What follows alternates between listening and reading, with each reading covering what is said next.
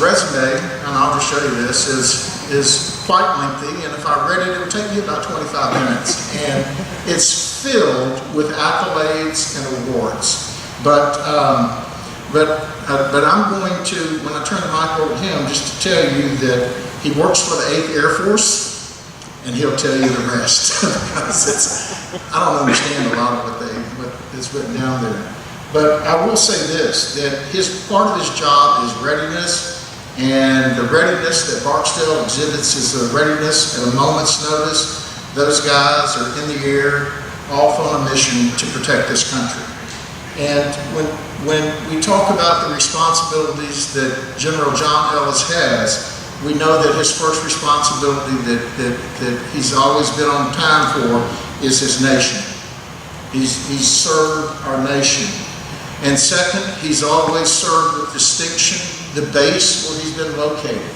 I mean, and when I say served with distinction, I mean distinction. And then he's always been a champion of his troops and the families of those troops that are often, that move to a new city with little or nobody there that they know, that depend on that cohesiveness that only military families understand, that reach out to their community and hope that they are accepted for being in the military and, being a family unit. So he's always looked after those people, okay, and their families. And then, and something that is really needs to be noted is with Barksdale Air Force Base, General John Ellis has worked very, very hard to bring about a collaborative leadership effort to work with our local communities, and has done an outstanding job there. And perhaps last but not least, and perhaps most important, his family, as he does all these jobs, his family is who he has to look after too. And he's got, I'll let,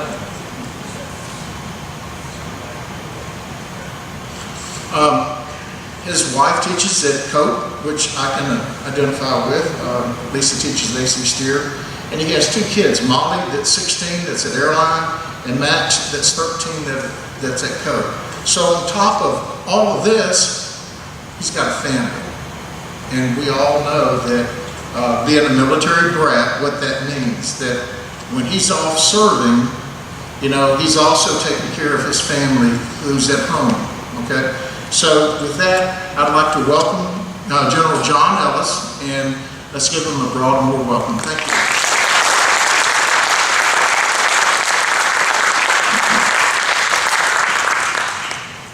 Rob, thank you. And thanks, first of all, for giving me the opportunity to come out and speak to y'all tonight. One of our tasks in the military is to come out and tell our story every chance we get. So just quick show of hands, how many of you have not been on the base at Barksdale? Right, so you have the base right here in your community, and you've never had a chance to visit. So let me tell you a little bit about that, and I want to bounce off of some of the things that Rob said in the introduction. So I chose to serve. I've been in the Air Force for 34 years. 4 years before that, I was in ROTC in college. 4 years before that, I was in junior ROTC. In high school, my dad was in the Army. I have never not served. But I make a choice, right? I chose to serve. My wife came along. I was already in the military when I met my wife, and she came along as mostly a willing participant. She came in eyes open. My kids were drafted. They got no choice, right? So what you said about the member serves, but the family also serves. And Tamika, right? Tamika is a military spouse. Rob Van Hoy tried to sneak in. He's a military member. He's got family. So the member serves, but the family also serves, and we can't do it without you. Thank you for that. Also in my 34 years in the military, I've moved around some. I've lived in a bunch of different places. I've never seen a connection with the community as strong as it is in the Shreveport-Bossier area. So I just want to say thank you to all of you for everything you do to make people like me feel comfortable and welcome, and to not run Rob Van Hoy out on a rail. We need it. All right, so I got one more before to cover here, and then we'll get into the meat of this. And I'm going to lay this out. So most of the time when military guys come out and talk, we go straight into the jargon and the acronyms. Or we're going to take the tasks, we're going to load them on the 7 line, we're going to go down. So if I start that, somebody just raise your hand, reel me back in, right? So before I go into that though, do you sing Happy Birthday? Because it's John Atkins' birthday. So should we sing Happy Birthday to John Atkins? All right.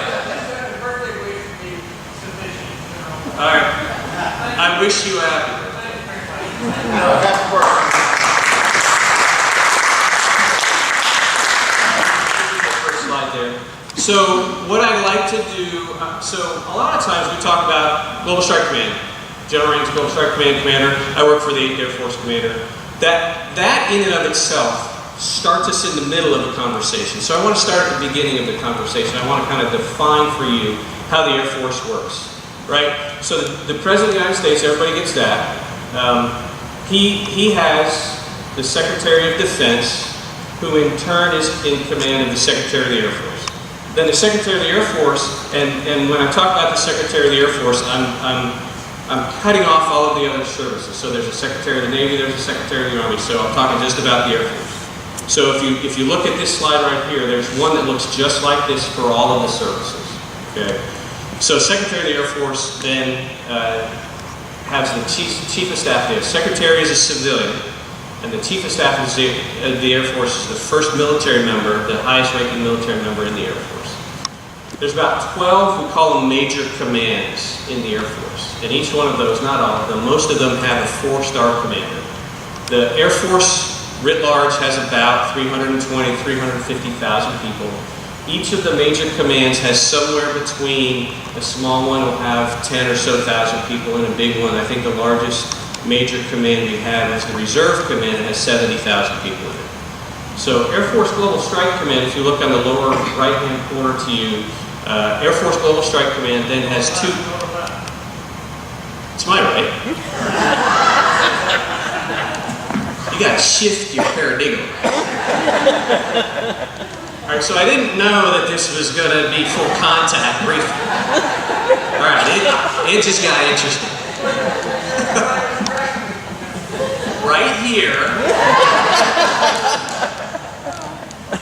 So within a major command, each major command will have one or more, two or more numbered air forces that work with it. And the numbered air force, that's just a moniker for another division of the Air Force. And in Air Force Global Strike Command, there are 2 numbered air forces. One of them is 20th Air Force, and we'll talk about these in a little bit more detail when I get there. 20th Air Force is the Missile Air Force, or the Missile NAF. They have all of the intercontinental ballistic missiles, all of the nuclear missiles that the Air Force owns are in 20th Air Force. And they all work for General Rand Air Force Global Strike Command. 8th Air Force, where I work, has all of the bombers. So we're responsible for all of the B-52s, all of the B-2s, and all of the B-1s, in addition to a bunch of other airplanes and kind of strap area things. We do conventional stuff, and we do some nuclear stuff.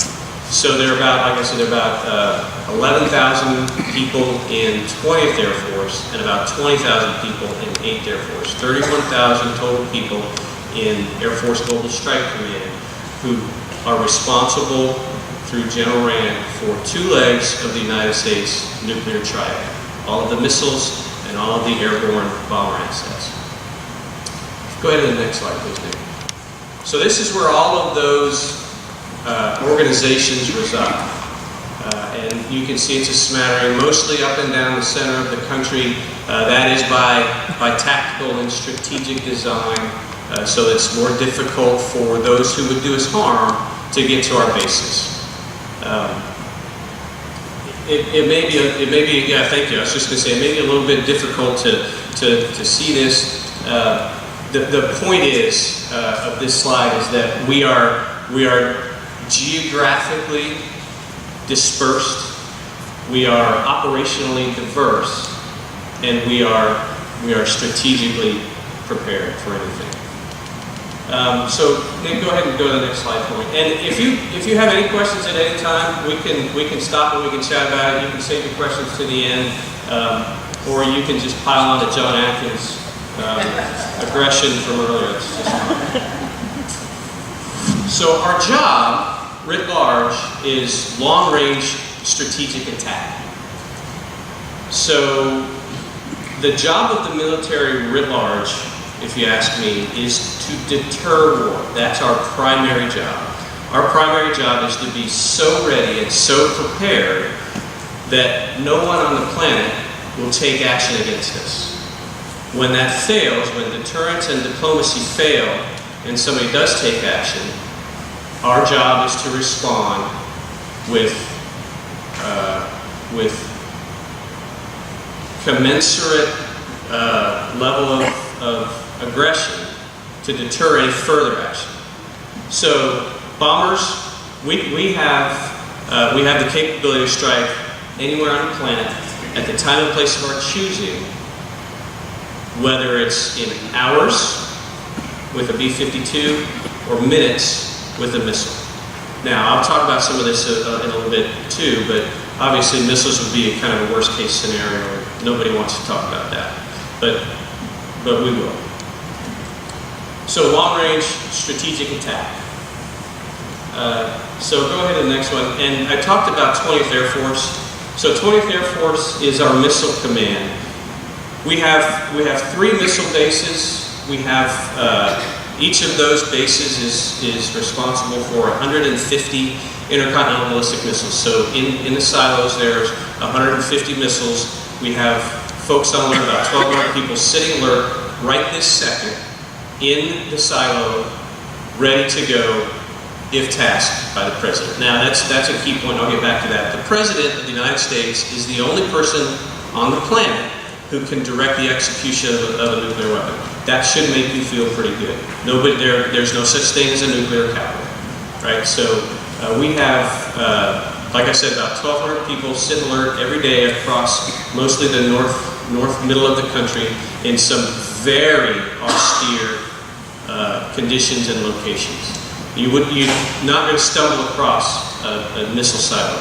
You have to know where it is, and you have to be pretty good navigator even just to get there. But I came to talk about 8th Air Force because that's where I work, right? So my job title is Mobilization Assistant to the 8th Air Force Commander. What's that mean? So back in the day, so think back to World War II. So that's when 8th Air Force was born. When we would go to war, we would pick up the 8th Air Force and we would move it to wherever the war was. So General Eaker or General Doolittle would go from Florida, his whole command, everybody would go to England, and they would sit in England and then they would fight the war from England. And then, like we did, we sent them to the Pacific to fight the war in the Pacific. When that commander is gone fighting the war, there's still all of the business of training the next round of people and keeping things going at home that has to happen. So the job of the mobilization assistant is when the commander or the incumbent is deployed. This is the doctrinal purpose. When the general is deployed, the mobilization comes in and sits in his desk at home and runs the organization and keeps the wheels from falling off until he comes back. So that's how the mobilization came to be. We don't do business that way anymore, but General Boussier, my boss, is off doing the business of the Air Force 300 days a year. So somebody has to be here to make sure all of the things that generals have to do is still done. So that's why I still have a job today. So we're going to go ahead and we're going to start from the beginning with 8th Air Force, and then we'll get to the present. So if you go ahead and run the first video.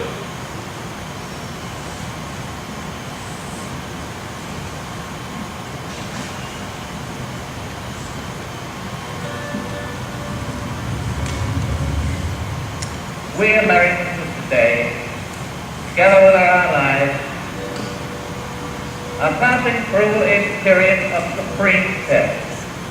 It is a test of our courage, of our resolve, of our wisdom, of our essential democracy. If we meet that test successfully and honorably, we shall perform a service of historic importance as men and women and children will honor throughout all time. I know this is American purpose we shall not fail.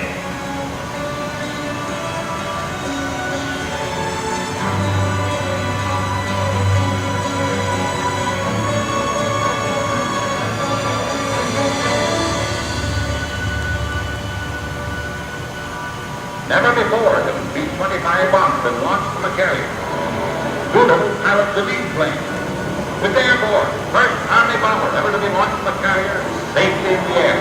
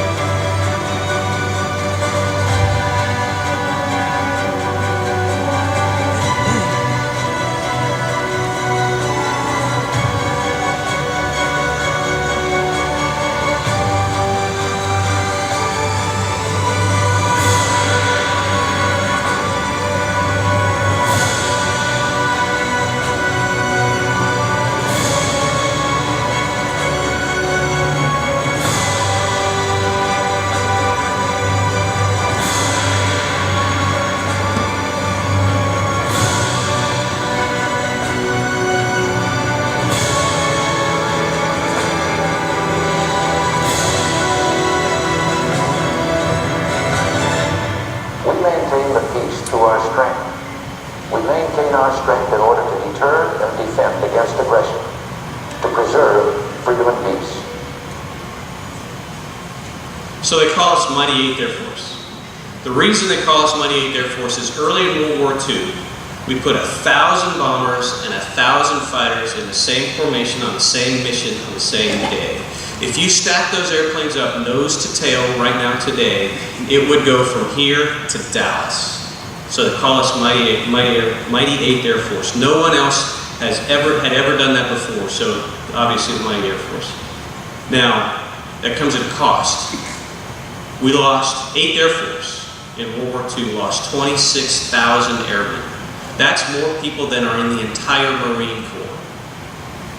So it comes at a cost. Go to the next slide, please, Nick. So we're born into battle, baptized by fire, forged a tradition of excellence and a legacy of valor, beginning in our first foray in 1941. And you can see, if you just look through the slide, this is just kind of a snapshot over time of the airplanes that were kind of part of 8th Air Force over the course of time, and it starts there with World War II through Korea, Vietnam. And then if you just go ahead to the next slide, Nick, it kind of brings us into today. And today we are airmen driven by innovation and mission to make sure that we can do the nation's job in its most difficult day. Go to the next slide, please. So I want to talk about nuclear combat for just a minute. There is not a member of the military who wants to think about nuclear combat. It is a horrific prospect, and none of us is in favor of that, okay? But I will tell you, we have an existential threat. That is to say, there are those who, if they chose to, could change the very fabric of our country with a nuclear attack, a full-on nuclear attack. Our job is to make sure that never happens. So the Secretary of Defense just said, your job, nuclear enterprise, is to be the foundation of the defense of this nation. And that's why we're here. That's why we have a job. Let me tell you a little story. So I Googled it yesterday just to make sure that I could say it in public. There's about 15,000 nuclear weapons on the planet, all around the world. We have not quite half, the Russians have not quite half, the Chinese have some, smattering. So there's about 15,000, let's say, just rough matter. Say there's, and the fact also is, in the U.S. military right now today, there's about 3 million people, if you count all of the civilian DoD employees, Army, Navy, all services, to include the civilians, there's about 3 million people. So let me change the math for you. Let's say there's 6 million people in the U.S. military, and we have all of the best, newest equipment. We have the fastest airplanes, and we have the best tanks, we have the fastest boats, we have the most accurate guns, we have the best satellites, and we own all the GPS, and we own everything. And there's 20 nuclear weapons in the world. And they belong to the president of Venezuela.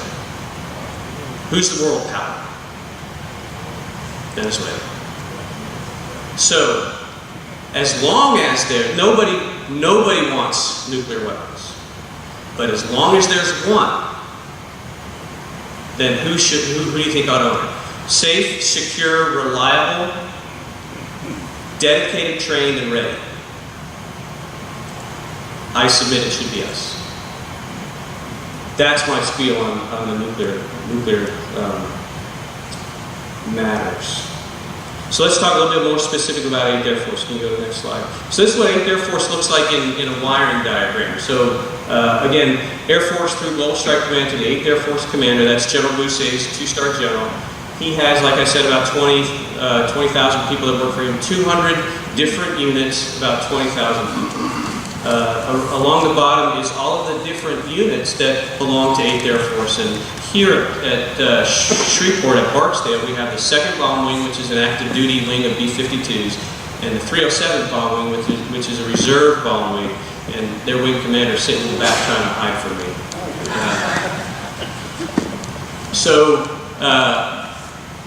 I don't even know what I was going to say next. Just go to the next slide and I'll show you where those guys live.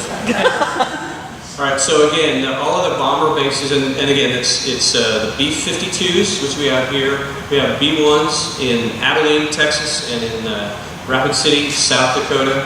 We have a B-52 base also in Minot, North Dakota, and we have B-2, the stealth bomber, is in the sprawling megalopolis of Knob Nostrand, Missouri. I think they tell me it's 60 miles from Walmart. So we're, again, geographically dispersed, but always ready.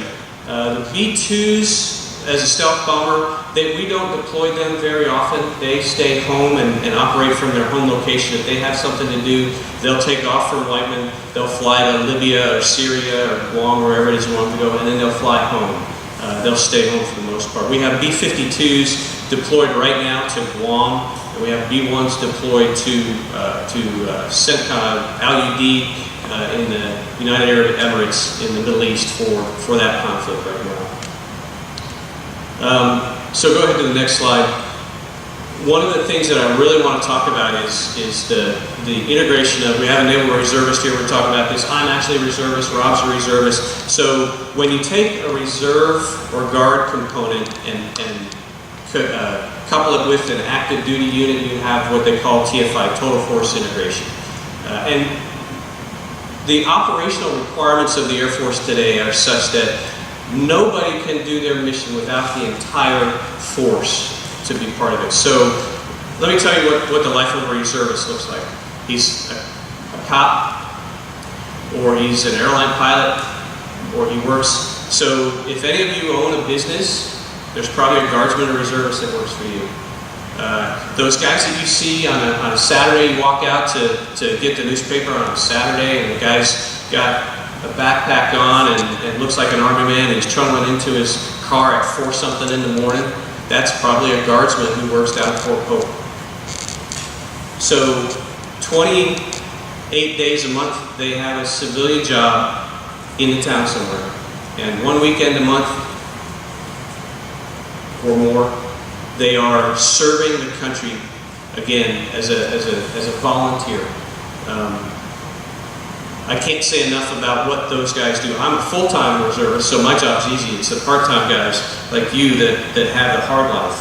right? They've got to balance the requirements of being ready to go to war with the military. They've got to balance requirements of the real job that they have, because 28 days a month, he's not getting paid by the military, so he's got to have another job. Both of those take time away from his family.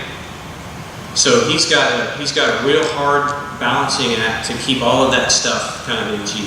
It's an important aspect of what we do, and nobody in the world does it as much as we do. So that's kind of we take our TFI guys, we take our active duty folks, and we put them together. Go to the next slide, Nick, and we have a mission view. Our mission, like I said, is global precision strategic attack. And if you look at that lower right-hand corner, John, just keep looking at it. That's what we do for a living. That was a weapons cache of terrorists in Iraq. Right? That's what we do for a living. That's what we do pretty much every day. You can go to the next slide.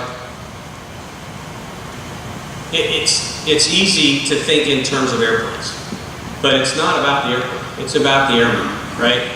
So somebody flies it. That's pretty simple to do. But there's folks, the maintainers. I was talking about this to somebody earlier. So I go out to an airplane when I'm going to go fly a sortie. I spend 4 or 5 hours in an air-conditioned room drinking coffee, figuring out where I'm going to go. I walk out on the flight line. It's 110 degrees, and I gripe all the way till I get on the airplane where it's air-conditioned. I close the hatch because it's hot out there, and I take off and I do my mission.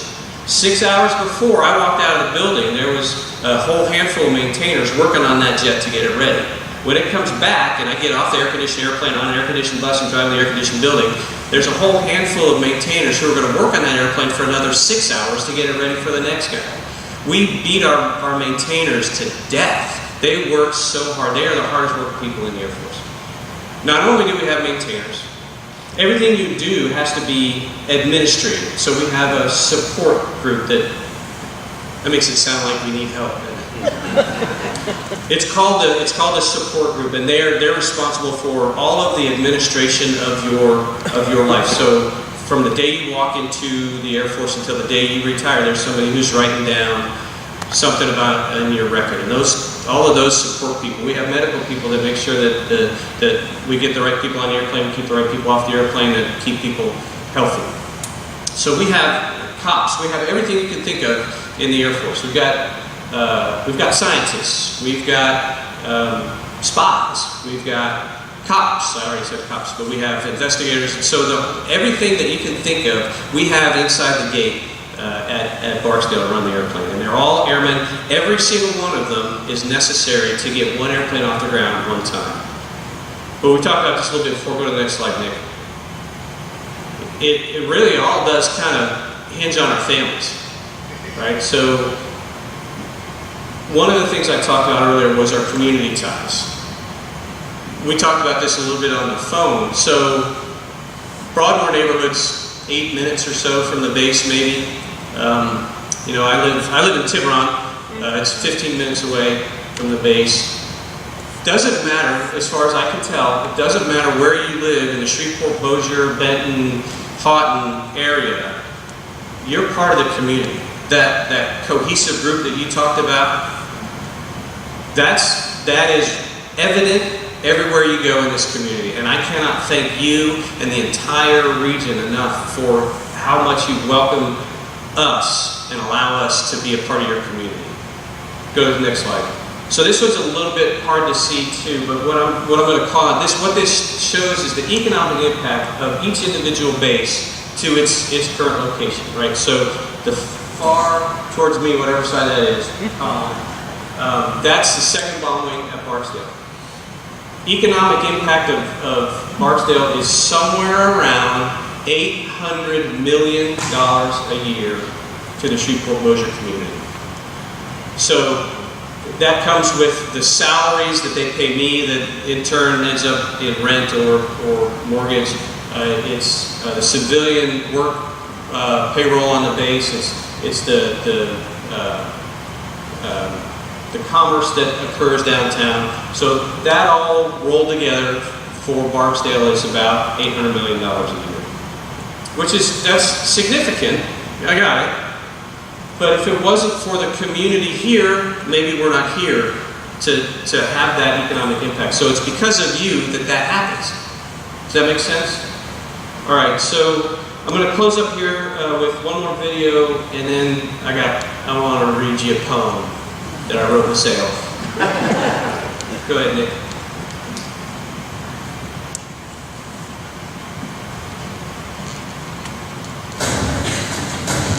This one should make you want to join the Air Force. An American airplane dropped one bomb on Hiroshima and destroyed its usefulness to the enemy. That bomb has... We were the only country to ever use an atomic bomb in war. 30,000 feet, looking down on the city. It took 45 seconds from the time it left the aircraft to detonation. The in-between time. The world it was, the world it would be. The crew counted and waited for a flash of light to change forever the way countries talk to each other. Cold wars, brinkmanship, trust but verify, deterrence. The Cuban Missile Crisis, Khrushchev, Kim Jong-un. Old allies, new enemies. We tell people back home who work with nuclear weapons, and they want to joke about movies they've seen. Diffusing warheads with seconds to spare. Super villains. We laugh. We're human. But they have no idea. Nobody does. It is our duty, our privilege, to maintain the integrity of our nation's shield. We are our nation's shield. We serve in the middle of nowhere, on the edge of history. We serve on the global stage of policy, diplomacy, leverage, and madmen. We're not out here babysitting metal, twiddling thumbs, or flying in circles. We are airmen in the United States Air Force. The world is in constant chaos, so we are on constant alert. We are here to keep the world from boiling over. We work as a team. There can be no weakness. There can be no vulnerability. Never. The world is watching. This is a destructive force so terrifying, its very existence is our weapon. And make no mistake about it, we are here to scare the living hell out of our enemies. Scare them with our power, our resolve, our dedication, our vigilance. We will not be the ones to blink. We are fully aware that should these weapons ever be used, the final page of history is in our hands. You can't live your life within inches of a nuclear weapon and not feel the weight of the world. Our mission is to carry that weight. Theodore Roosevelt said, "Speak softly and carry a big stick." Sticks don't get much bigger than this. Aim high, airmen.